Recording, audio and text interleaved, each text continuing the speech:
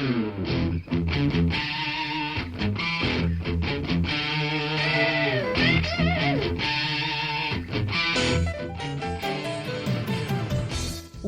to Thriving Entrepreneur with your host, Steve Kidd, third-generation minister and 30-year business coach.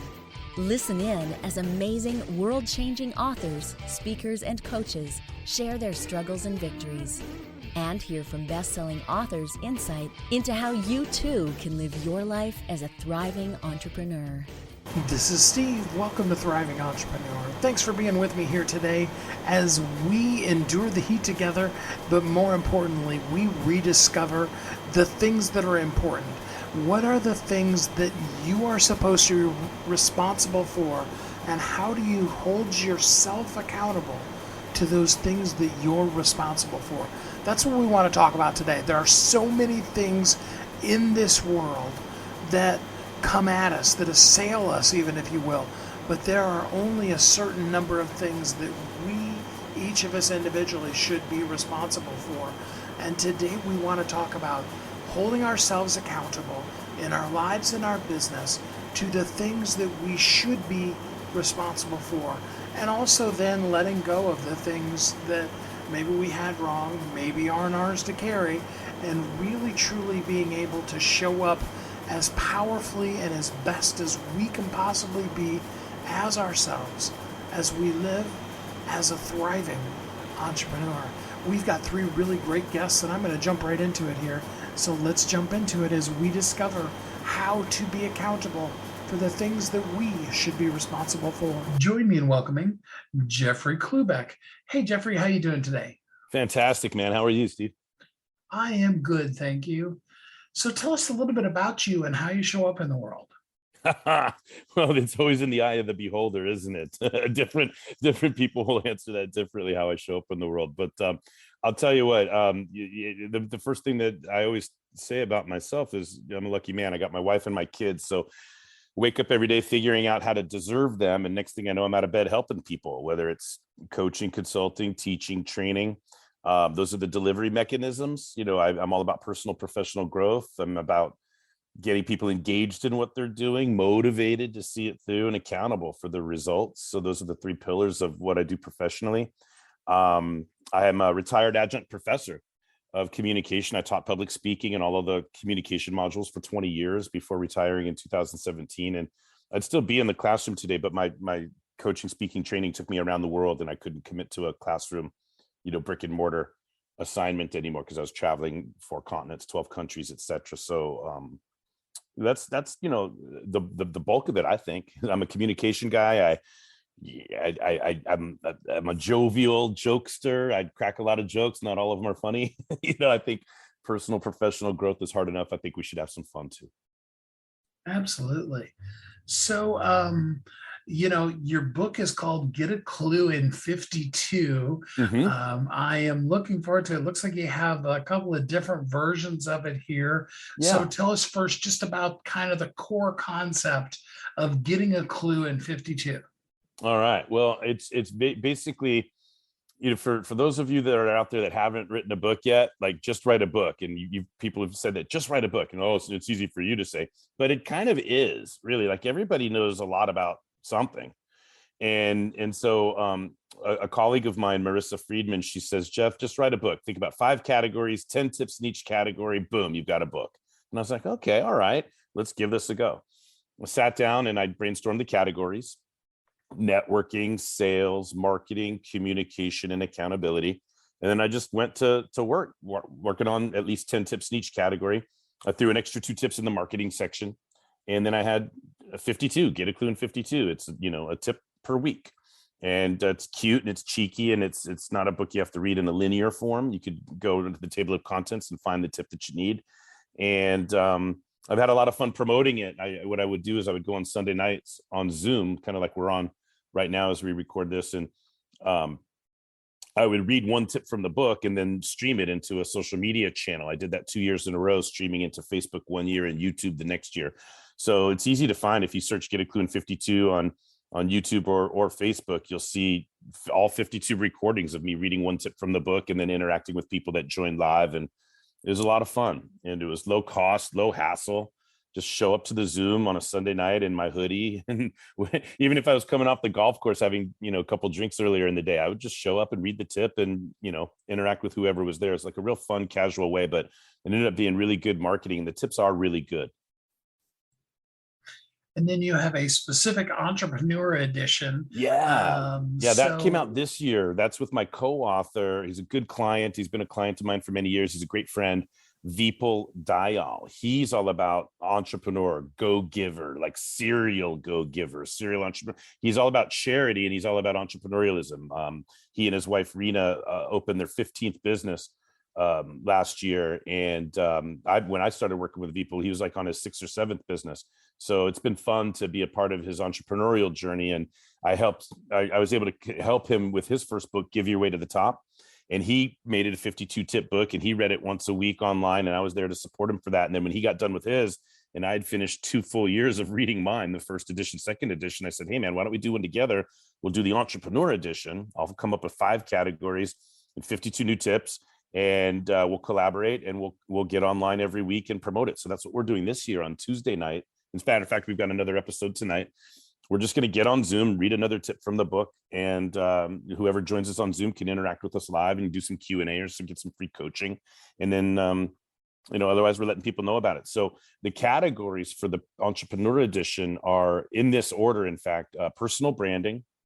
Tonight is tip number 7 or 8. I think 8. Tip number 8 in personal branding section. I think it's tip number 8 is the 8th Tuesday of the year. But then we go into business acumen, like being savvy at owning a business. And the third category is business ownership. Like, what are all the nuts and bolts of like starting, getting registered, the nuts and bolts, the logistics of starting a business, not how savvy you are at running one. That's the previous category. But then the 4th category is work-life balance. I'm sorry, that's the 5th category. The 4th category is leadership and influence. So those are the 5 categories, and we're having a lot of fun with that.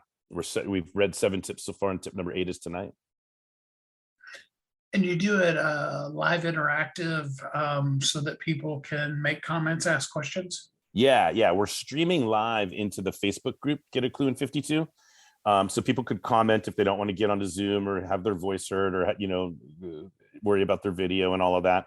Other people join us on the Zoom side. So they're there with us live, and they open up their video and they open up their microphones. And after we're done reading the tip, then they comment or feedback or share stories or share praise, like, oh, thank you, that really helps me for this reason, or hey, I have a question about this, can you help me with that? So we always we stay on for about 45 minutes every week, and it only takes a couple of minutes to read the tip, and then we're available to people that join on the Zoom side. And the Zoom link is really easy if you end up wanting to give it to people, or if people just look for Get a Clue in 52, you'll see promotions for it, and we always include the Zoom link to join. Pretty much the only thing you need to know is Clue is spelled K-L-U. Yeah, that's right. Yeah, as long as you get that, you'll probably be all right. Yeah, so well give said. give us a little taste of what one of the 2-minute tips is.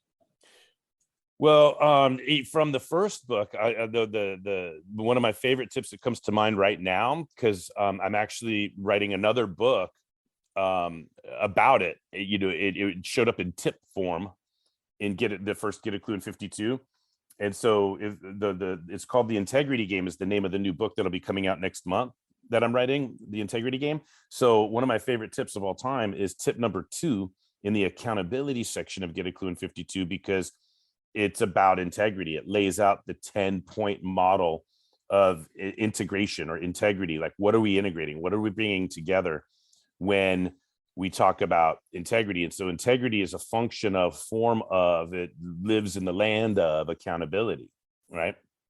So tip number 2 in the accountability section is about integrity, and it's like the wireframe preview for an upcoming book that I'm coming out with next month. I don't know when you'll be releasing this recording, but it may be coming out after the fact, but March 31st, 2022 is the target date to release The Integrity Game. And it's such an important tip. It's such a valuable tip that, like I said, I've written a whole book around it, and I'm going to launch a whole brand around it. So all of the things that I've provided as Get a Clue in that packaging, that's going to still be available for small and micro business owners and solopreneurs and so forth. But I'm going to market The Integrity Game into associations and corporations, and get high performance individuals, teams, and organizations up leveling their culture of integrity, their culture of accountability by exercising integration on the 10 points across the model. So that's one that comes to mind. It's top of mind because I'm working on the integrity game. From the entrepreneurial edition, the one that we're dealing with right now, we're in the personal branding section, and that's like kind of my in the whole book, that's like most of my area of expertise. I defer to Vipul on the business acumen and the business ownership. He's got more experience there. So from the personal branding section, I would tell you to know the difference between, this is the one that we read last week, Steve, is know the difference between brand and branding. It seems so simple and elementary, but people get these terms confused. Like, I'm going to brand you, I'm going to brand myself. Oh, I need to get branded, or I'm going to brand. People use it in weird ways, and it's very simple. One is a noun, the other is a verb. Brand is your promise to the marketplace. Branding is how you deliver that promise to the marketplace. And now, whether or not you have a good brand is whether or not you deliver on the promise you've delivered to the marketplace. Right. So a lot of people have a promise, deliver it, but don't deliver on the promise. Does that make sense? So a lot of times people choose Super Bowl ads to deliver their promise to the marketplace. Other times people choose print or billboard, or on and on and on and on and on. So branding isn't just a logo or a design. It's what promise does that communicate? And then how are you delivering that promise is branding. And then whether or not you back it up and actually deliver, actually perform up to what you've promised, that's going to either promote, enhance, or kill your brand. So let's stick in the genre of, your personal brand. What would you say is the biggest mistake that people make when it comes to branding themselves? The biggest mistake is not paying attention to it.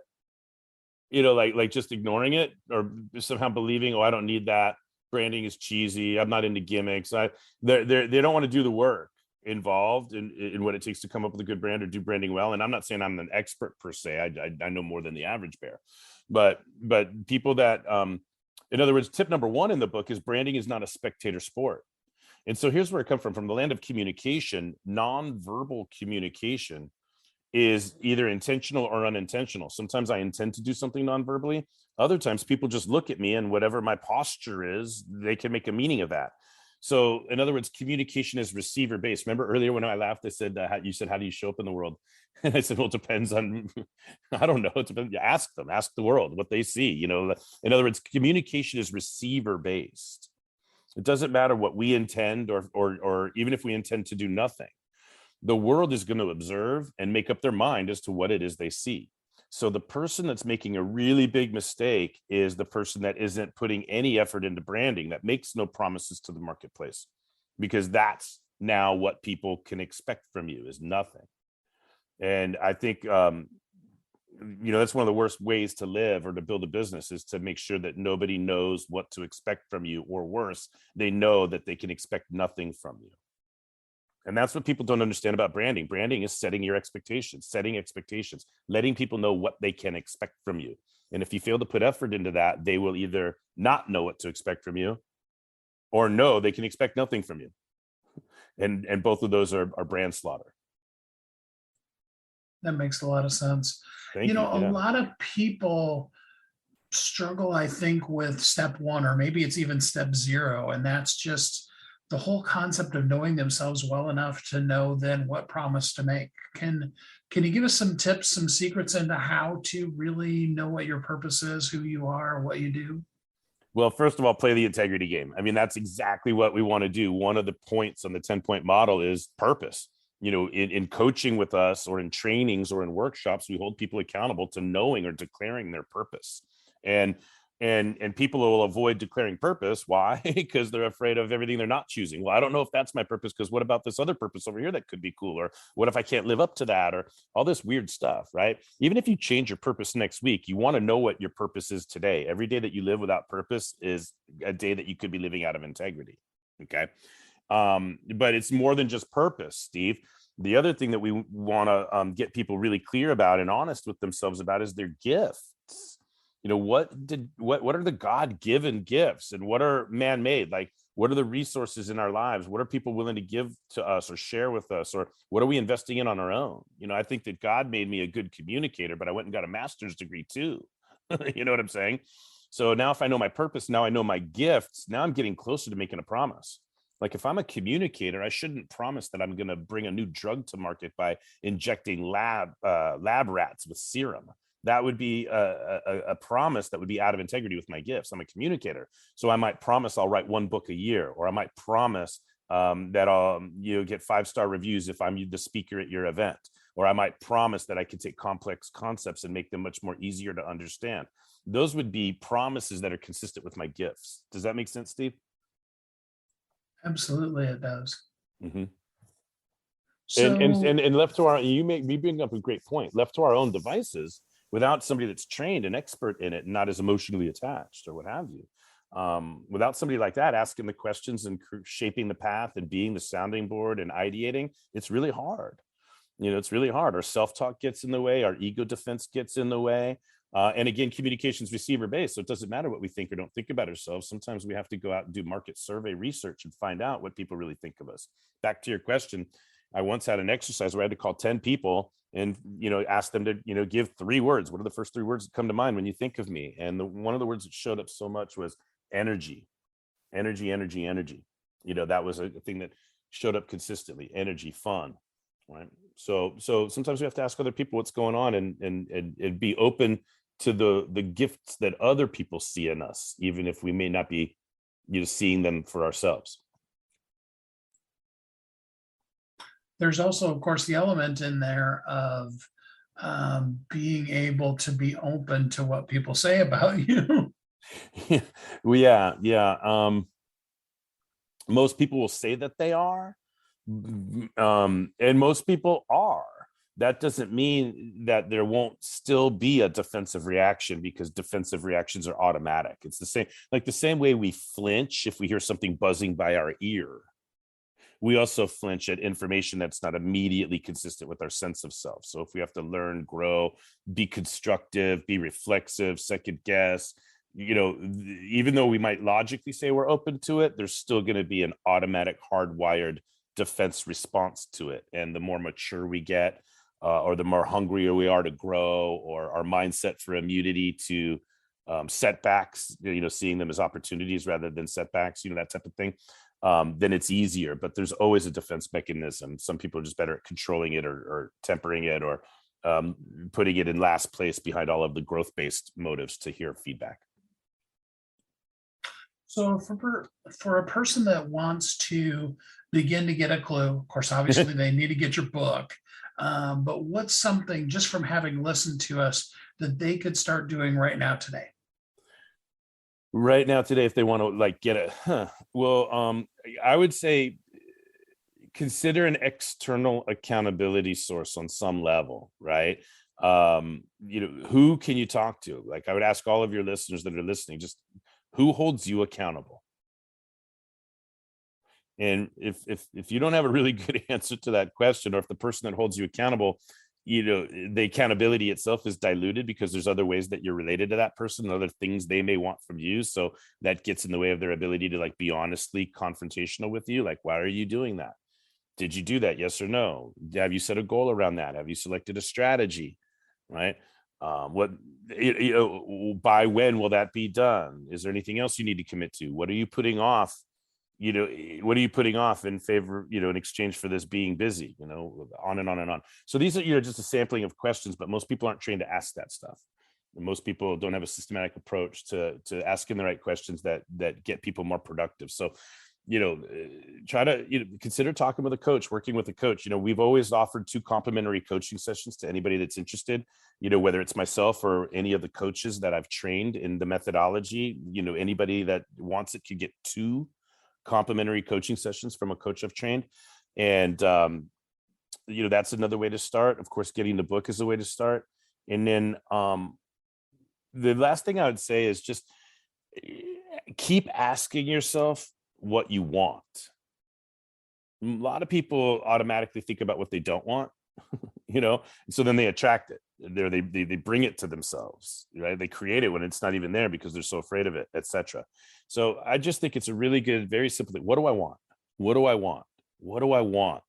Keep asking yourself, always ask yourself, what do I want? What do I want? And let the mind start doing its natural thing, which is seeing ways to go and get it. And coaching can help. A book can help. Going to see a keynote, audio cassettes, that personal professional growth, e-courses, just constantly, go after it, get better, grow. Lots of different ways to get it. But you have to ask yourself the right question first. What do I want? Love that. So you mentioned 2 complimentary coaching sessions. How would a person get in contact with you to do that? Yeah, if they go to getaclue.net, GETAKLU.net, there should be a form on there to sign up for 2 comp sessions, and there may even be a drop down. I can't promise you that I personally will do them. I have no idea how many listeners you have and if we're going to get 10, 20 or 100 people responding, but I might do some of them, and there's a drop down menu. You might be able to select my name, or you could, hey, why do you want coaching? What are you working on? What do you think's holding you back? Are you more interested in motivation or accountability or behavioral assessments? There's a little form to fill out to give us an idea of how to hit the ground running and really make sure that we can help people. When we offer complimentary coaching, Steve, there's a lot of reasons we do it. It's a competitive advantage that I built my business on. Like, I became a world-class coach offering 2 complimentary sessions and enrolling people that way. A lot of coaches struggle to enroll clients. They want to help people, but they don't know how to get clients. Never mind that I could teach people how to do these 2 comp sessions. But the reason, among all the reasons, 9 or 10 of them, that we offer 2 comp sessions, one of them is so that right away it's not a sales pitch. We're not going to try to sell you something at the end of the first session. If you like the first session, if you get the real value because we want to give you real coaching, you get a second free session. Then at the end of that one, we're going to sell you. I'm joking. If you want to move forward, we'll talk about it. But, to be funny, it's up to 2, and then it's up to you. It's up to 2. Then maybe you will have gotten a clue, right? It's up to 2. Maybe we're through. A lot of times I've helped people in one session. They didn't even need the second session. The first one was so good. That's all they needed. So they didn't need to enroll in coaching or the second free session. We figured it out right there in the first session. So, there's a lot of different experiences there, but we believe very strongly your listeners don't need to be worried about a veiled sales pitch or, what's that behind you? Sign here. We like people to budget up to 90 minutes for the first session and then another hour for the second session, because we believe in what we're doing, and we believe in coaching.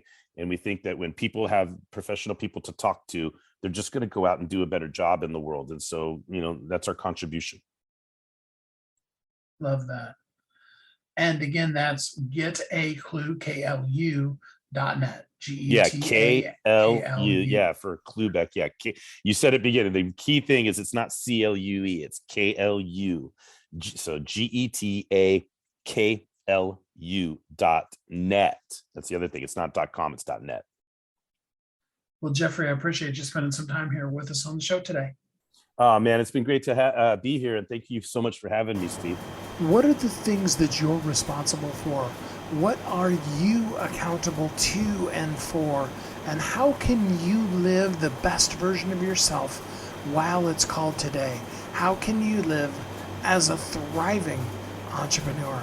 Let's take a quick commercial break, and then we'll be back to talk a little bit more here on Thriving Entrepreneur.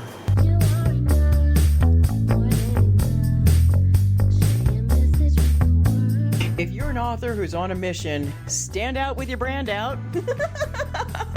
Check this out, guys. Yep, everything's marketing, and marketing is everything. Your existing book can become a best-selling book, or even, hey, like mine, a #1 international best-selling book in 5 days. Listen, if your business isn't known by everybody, it's obscurity, and that's death, right? The same thing is true for your book. If you're not happy with the way your book is performing, you got that far and then it just fell off the face of the planet kind of feeling, go to yourbestsellertoday.com, schedule a talk with Steve, Steve. It's risk-free, it's guaranteed, it's proven. We've done it thousands of times. What are you waiting for? Yes, yourbestsellertoday.com. This time next week, you could have a beautiful seal on your book and get the attention that you deserve. Reach the people that you came to serve. Come on now. What are you waiting for? Grab a pen. Here we go. All you got to do is book a call. Yourbestsellertoday.com. Go to yourbestsellertoday.com. Book a talk with Steve. It's proven. It's guaranteed. It's going to happen. All you have to do is say yes to your destiny.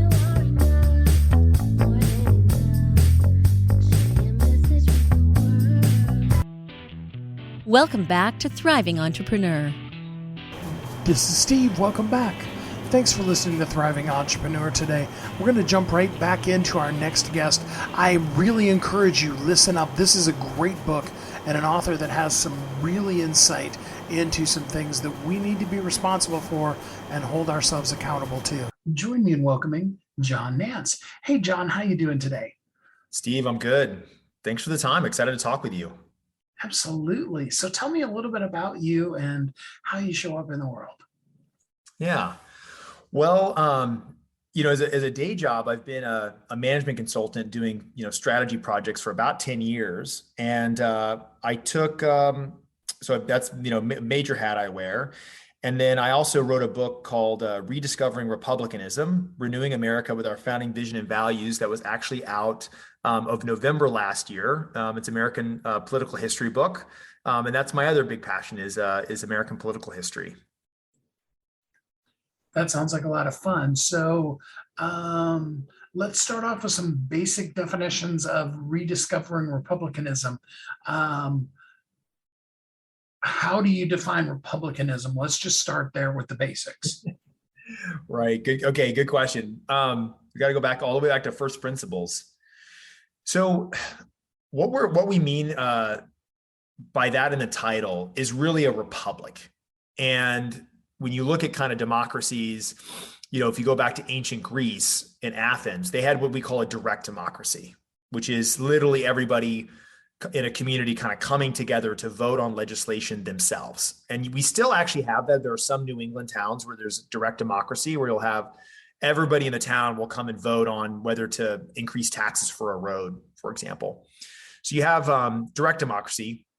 But the model that's really taken off subsequent to ancient Athens was a republic, where the citizens, which would include, Steve, folks like me and you and our listeners, the vast majority of our listeners are citizens. We vote on people to represent us, our representatives. And because we're represented, that's where republic comes from. It's a representative democracy where we elect people to take care of our political affairs, so we can sort of go about our daily lives with less burden. That's a republic. Okay. And when we're talking about rediscovering it, what parts of it have we lost? Yeah, good question. So I'll step back one second and then we'll talk about what was lost. What I talk about in the book is, we've had republics for almost 2,500 years in the country, in the world. And one thing that I think very few Americans know is that when the American Republic was created in 1787, it was a very notable event in sort of world history. The United States was the first modern country with a written constitution. We're the first country with a written Bill of Rights that applied against the citizens. We're the first country that really had what we call federalism, where you have local governments, for us it's the states, and a federal government, both of which have certain political powers. So those are sort of three really unique features. Those were all basically innovations. They had not really been done before. They've been done in sort of different ways, but not in the sort of, the way that we did them here in the United States. So when I say rediscovering republicanism, I'm basically saying rediscovering American republicanism. There was something really special about republicanism in the United States context. Those things being the individual retains a number of rights that we haven't given over to the government, that there are multiple layers of government, each of which have different types of powers, the state governments, local governments, the federal government. And because the government doesn't do everything, there was an expectation that other institutions in society would do really important things, right? So local hospitals, nonprofits, the Bill and Melinda Gates Foundation, right? None of those are governmental entities, and yet they do incredibly important things. And we call that civil society. So those were kind of three features that I think when we look back, humans look back hundreds of years from now, the United States is really going to stand out for those three things. It really makes us distinctive and special in the scope of human history. Okay. So, and a person needs to read the whole book and maybe even have a whole conversation with you to really get all of it. But if you were going to pick one thing that is really missing or really needs to be renewed from the founding vision, what would that be? One thing. Okay, that's tough. Give me a second. It's hard to, there are different things. I mean, what I would say, I'm gonna kind of go around the question a little bit, Steve, and I know we only have so much time, but I think that the three things, I feel really confident in the three things. Okay, so let me just say them really quickly, and then we can decide if we want to go deeper on one. The first is individual sovereignty, right?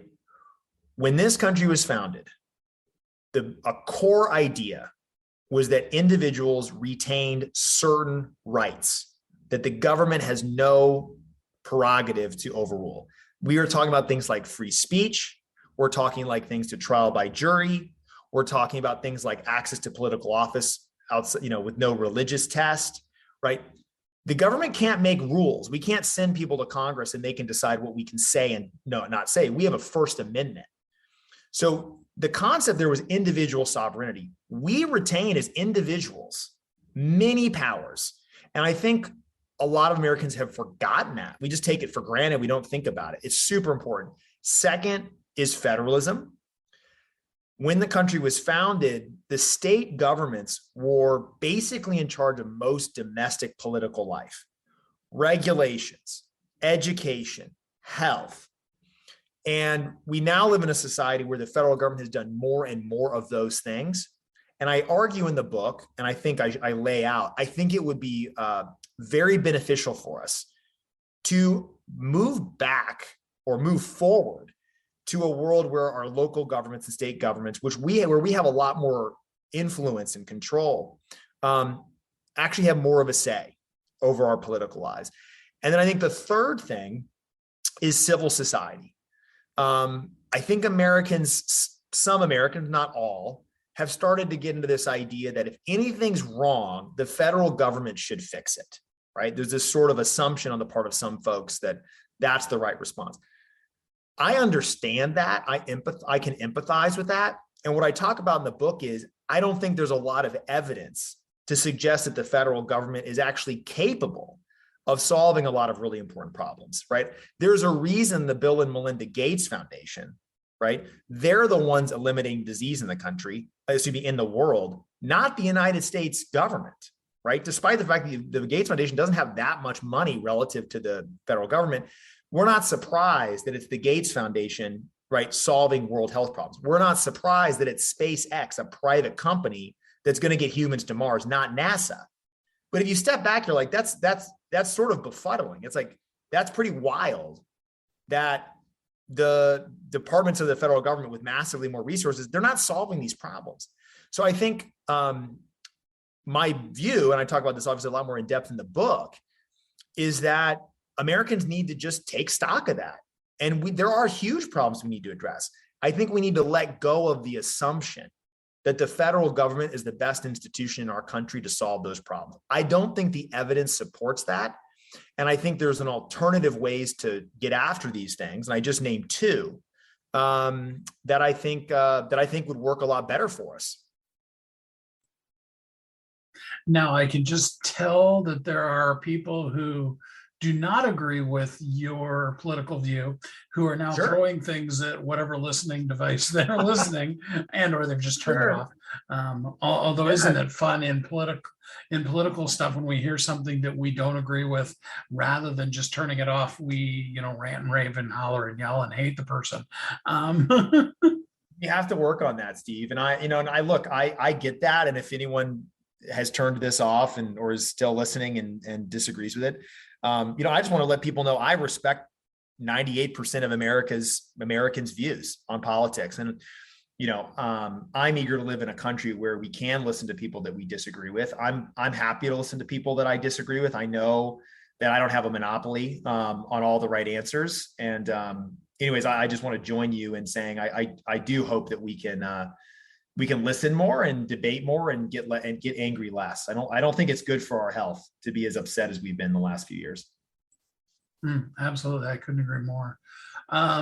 So let's talk about that just a little bit more. I don't want to go too deep into the negative, but that's okay. What do you think is the stopping point for people who have, all the way going back into school when they were taught it, for really embracing what it is that you're talking about? I mean, it seems like, and maybe this is expressing my personal biases, but it seems like embracing personal freedom, would be something everybody wants. And, limited government would be something that, none of us want anybody invaded into our houses. But if you had to pick something, what would you say is the thing that's keeping them from having that viewpoint? It's a great question. I mean, look, we could write a whole book about that. If I had to boil it down, I think the first thing is that there's probably it's comfort and security. If you go back to Franklin Roosevelt, he called it the four freedoms. You look at Social Security, you look at Medicare, right? These, I think they have given people, and until recent times when the programs, really aren't financially solvent, but for decades, right? I think it gave people some comfort to be like, hey, in my old age, I'm going to get a check from the federal government, right? But I think there's problems with the program, but look, we have to give credit where credit's due. That is true. People are worried, hey, if I lose my job, can I get an unemployment check to kind of keep me going? So I think the well-intentioned argument here is that, the free market can be tough sometimes, and it doesn't necessarily provide as much security and comfort as people might want. And so the federal government can step in and take care of some of those problems. I think that's what a lot of people believe. They want a little bit of more security and comfort than they might be able to procure on their own. And I think that's a legitimate argument. Going back to your point, I understand people of good faith hold that view, and I can understand it. I don't agree with it wholly, but I think that's kind of where folks are coming from, and I get that. And then I would just say in the book, what I'm basically arguing is some of those features I think are really important. Like, I don't think we do want people in their old age to be in poverty, right? If you've worked 30 years of your life, and I don't think we want someone to not have access to basic necessities after a life of hard work. But we don't need Social Security to do that, right? And we're in a situation now where Social Security as we know it, where the program's not solvent. So I just say in the book, there's legitimate things that some of these programs are trying to do. I think we can keep those things, but we can do them in much better ways, and in ways that are much more consistent with the values that make this country really distinctive. I like that. So as kind of a unifying thing, what is a first step that somebody really that loves the country, regardless of their political view, what's something that they can do to get more involved and help us really rediscover, the values that the country was set on, intended on? I think the most helpful thing is, quite frankly, really understanding them and being able to articulate them really simply. And I'm not obviously I wrote this book. I'm biased. I wrote the book. I think the book does do a good job of that, of just laying out like, what are those values? So that when you're having a conversation with someone that you disagree with, and you could take Social Security as an example, you could say, look, I get where you're coming from, but my belief is that we should start with individual rights. And I think I can take care of myself, right? I think I can take care of my own retirement, or at least give me a shot, right? I've got an IRA. I might have a 401k. Can I keep like half my Social Security and see if I can take care of myself? And if I can't, fine, then maybe there's a role for the federal government, but most Americans could handle that. We don't live in a world where that's possible, right? Social Security takes 14% of your income, and there's no option there, right? That's a requirement. And so I think understanding the values, being able to articulate them really clearly, and then being able to link those to very specific changes that we could make. I think that's a really powerful combination. And I think that's what motivated me to write this book. I love that so much. So let's, what would you like to see people, other than, of course, get the book, what would you like to see people do with the information that's contained in your book? What would be your best next step? Yeah. Look, I did not write this book with any desire to enter political office. So I just want your listeners to know, I wrote this book because I genuinely deeply care. And I biked across the country. I've met, like I'm sure many of your listeners, hundreds and thousands of Americans. And, my sense of it is we have something really special going on here. And as amorphous as this sounds, I genuinely believe that thinking a little bit about these values and thinking about a positive vision of the future, I think is a really powerful next step. Some people are like, I just want to go vote. I want to go work on politics. I want to go, whatever people might want to do. My sense is that culture and ideas are upstream of politics, right? If we really want to change politics, we have to change our ideas. We have to change our culture. And so I would say, even though that's not as actionable as some people might think, I would really encourage listeners who are inspired by this or interested by this. I really think just thinking about this and getting clear on the values, getting clear on the vision, and being able to share that with the majority of Americans that are open-minded, and kind of building a movement around this positive vision.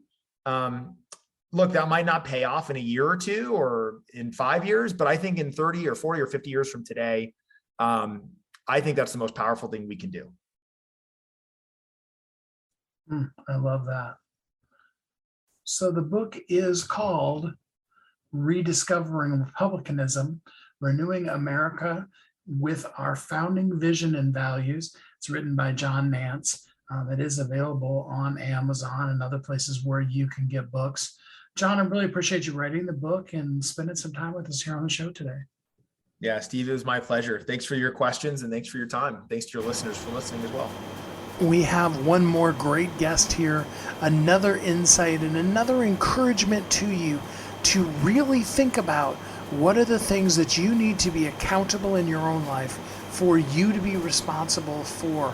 We're going to jump right into this next guest. Don't even have time for a commercial break here. We're just going to jump right into talking about holding yourself accountable to the things that you should be responsible for here on Thriving Entrepreneur. With that said, let's jump right into it.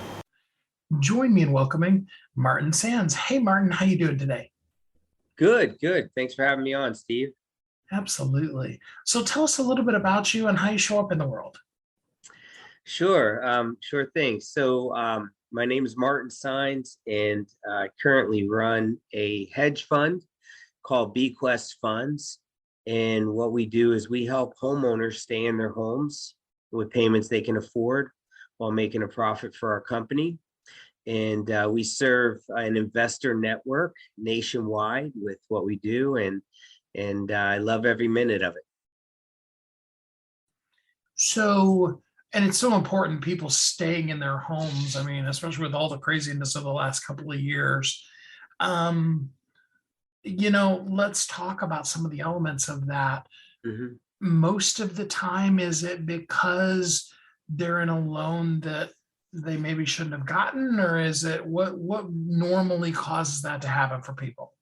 Well, it could be the case that they received a loan that they shouldn't have received, or but mostly it's due to life circumstances. So these are good individuals, and they qualified at some point as a paper borrowers, where they went to a bank and they got a Wells Fargo or Bank of America to extend a mortgage for them, and something happened in their life, whether it was health related or a divorce or a job loss. And these individuals weren't able to make their payments according to payment terms. And so the loans go into default. And what our company does is we purchase these loans from banks at a discount, and we work with the homeowners to understand where they are financially now. Did they get their job back? Did they get their health back, and things like that? And we understand what they can afford to make in terms of a payment, and we work to create a payment plan with them to help keep them in their home. That is so awesome. So, and a lot of people have lost their jobs and some are getting back to work now. But if a person lost their job and now they're working in something that maybe didn't pay as well as the last one, do you have the ability to help them kind of grow back to where they were, as it were? Absolutely. And that's one of the benefits of buying these mortgages in at a discount is it allows us some flexibility to work with the homeowner. And since we own the mortgage itself, we have full autonomy to make decisions that will benefit the homeowner, such as we can extend the term, we can lower the interest rate, we can we can do a whole host of things to accommodate the homeowner and help them keep in their home. I love that. So obviously they need to have a job in order for you, or some source of income in order for you to help them. What are some other things that they either have to have or would keep them from being able to get your help? Sure. So, I mean, there's cases where we talk to individuals and they just want to get away from the home. So they may be retired, they may be on fixed income, they may be thinking of downsizing. And so we work with them in a compassionate manner to help them exit the property. Whether it's a short sale or just some type of in some cases they sign over the property via a deed in lieu, where we take ownership of the property in exchange for debt forgiveness. So it really depends on the situation. We have a number of different ways we can help the homeowner. Sometimes that's easiest, just to wash your hands of that. So in that case, what impact would a debt in lieu type of quote unquote walk away, what impact would that have on a person's credit? If we offer a deed in lieu, actually it has no impact on their credit because we're not going to report it to their credit. So they get to have a fresh start in life. And really it's about it's about working with the homeowner to create a win-win situation. So that's what we kind of look at for our company. So if the homeowner wins, then we win as a company, whether it's creating a loan modification that creates a 30-year stream of income to our company, or we help someone that is just ready to move past the property that they're in, and we help resell it, and then we make a profit on that transaction as well. And so then you wrote the book also, Note Investing Made Easier. I'm assuming in this you're teaching people how to essentially do what your company does. Is that correct? Yes, in a way that's ethical, in a way that's that creates a social good. There are when I came into the mortgage loan space in 2013 and formed a hedge fund, what I learned early on is that there are a lot of hedge funds where their business practice is just to displace families. So it's to buy these mortgages, at a discount to get the homeowner out so they can obtain the property. And what I determined is that's not our business model. We want to do the opposite. So we want to keep people in their homes. And so I wrote the book because I felt compelled to share that there's another way to do this in a more compassionate way, but also a more profitable way, because you're creating all these streams of income for yourself. And I think that resonated with a lot of people. So if you buy the mortgage, and if any of this you're like, well, I can't really tell you, that's kind of inside information, but so if you buy the mortgage at a discount, let's just use real easy numbers. They owe $300,000. You buy it at $250,000. Okay, totally made up numbers. Yes, but then when you negotiate with them, you keep their balance owing at the $300,000. Is that correct? Not always. Sometimes it just depends on the situation. We have flex. Obviously, we're not gonna create a loan payment that's where we're gonna lose money. That we wouldn't be in business for very long if we did that.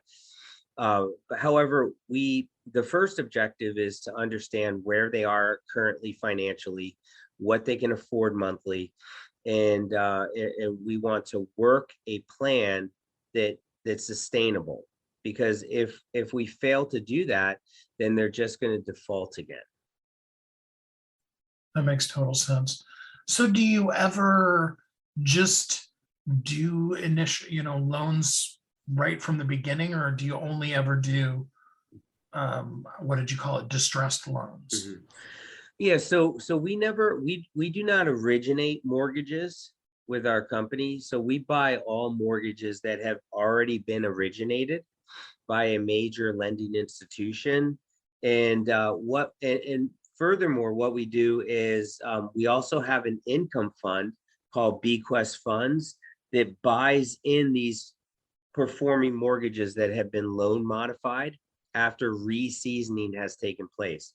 So in other words, after the mortgage has been modified, and the homeowners has their job back or has remarried or something to that effect, and payments are made on time for a 12-month period, it's what we call being seasoned. So we buy those mortgages into our income fund and we pay our investors out at a 9% annual return and make our payments monthly to the investors. And you're paying a 9% return, even now where mortgage rates are, almost zero. I mean, as close as you can get without being there. Yeah. So these mortgages are, were originated at a certain interest rate. In most cases, our average coupon rate, which is another fancy way of saying interest rate, is at 6.5%.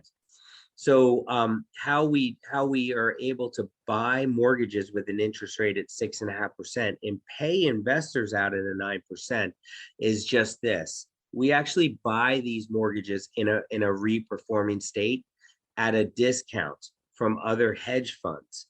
So if you have a hedge fund that, let's say, bought a $100,000 mortgage at $40,000 and created a loan modification and got 12 months worth of on-time payments, they're going to sell that mortgage to us, the $100,000 mortgage to us, at say $75,000.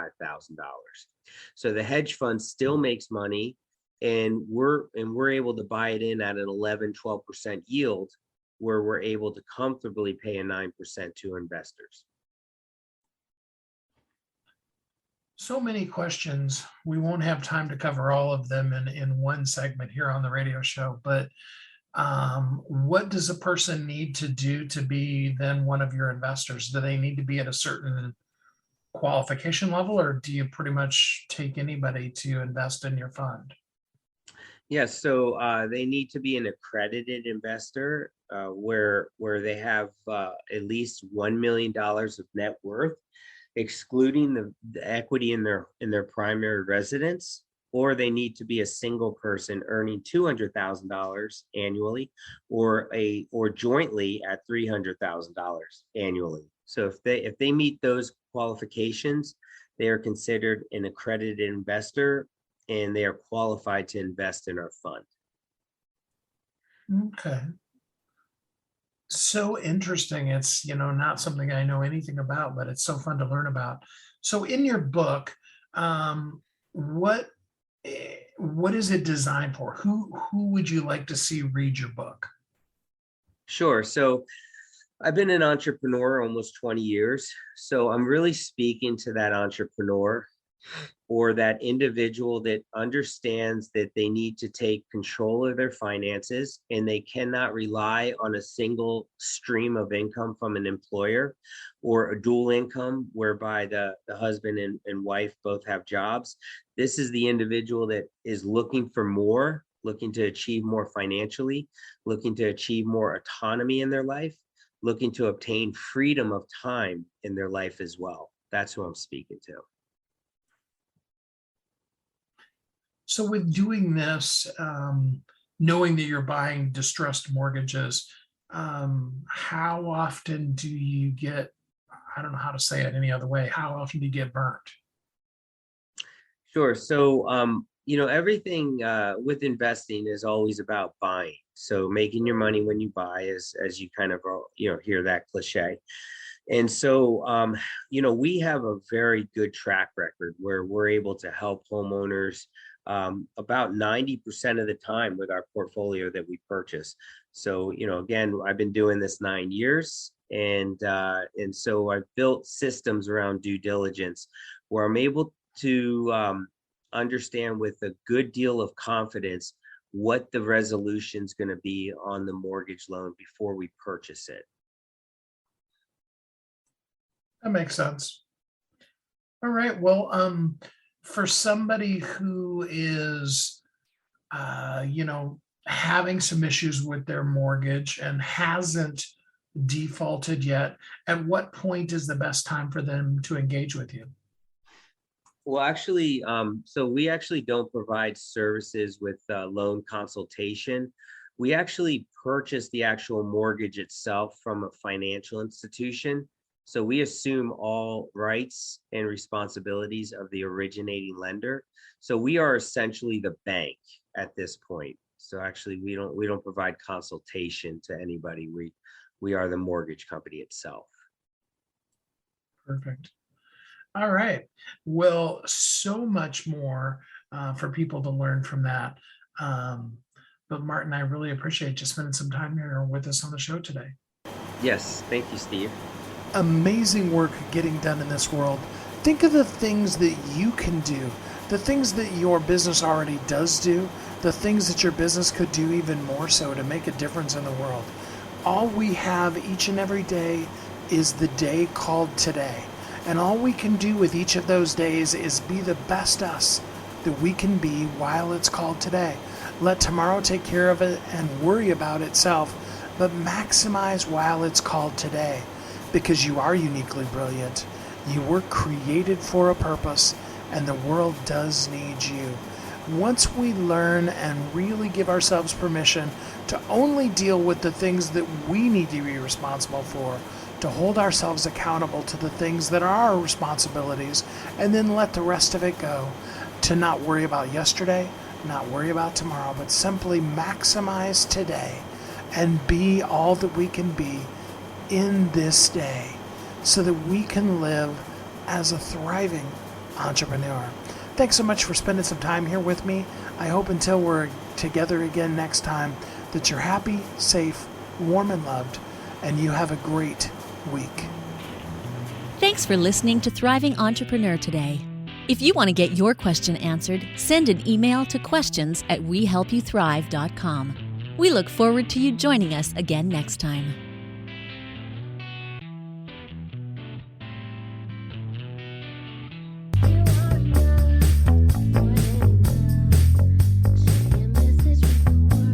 If you're an author who's on a mission, stand out with your brand out. Check this out, guys. Yep, everything's marketing, and marketing is everything. Your existing book can become a best-selling book, or even, hey, like mine, a #1 international best-selling book in 5 days. Listen, if your business isn't known by everybody, it's obscurity and that's death, right? The same thing is true for your book. If you're not happy with the way your book is performing, you got that far and then it just fell off the face of the planet kind of feeling, go to yourbestsellertoday.com. Schedule a talk with Steve. It's risk-free, it's guaranteed, it's proven. We've done it thousands of times. What are you waiting for? Yes, yourbestsellertoday.com. This time next week, you could have a beautiful seal on your book and get the attention that you deserve. Reach the people that you came to serve. Come on now. What are you waiting for? Grab a pen. Here we go. All you got to do is book a call. Yourbestsellertoday.com. Go to yourbestsellertoday.com. Book a talk with Steve. It's proven. It's guaranteed. It's going to happen. All you have to do is say yes to your destiny.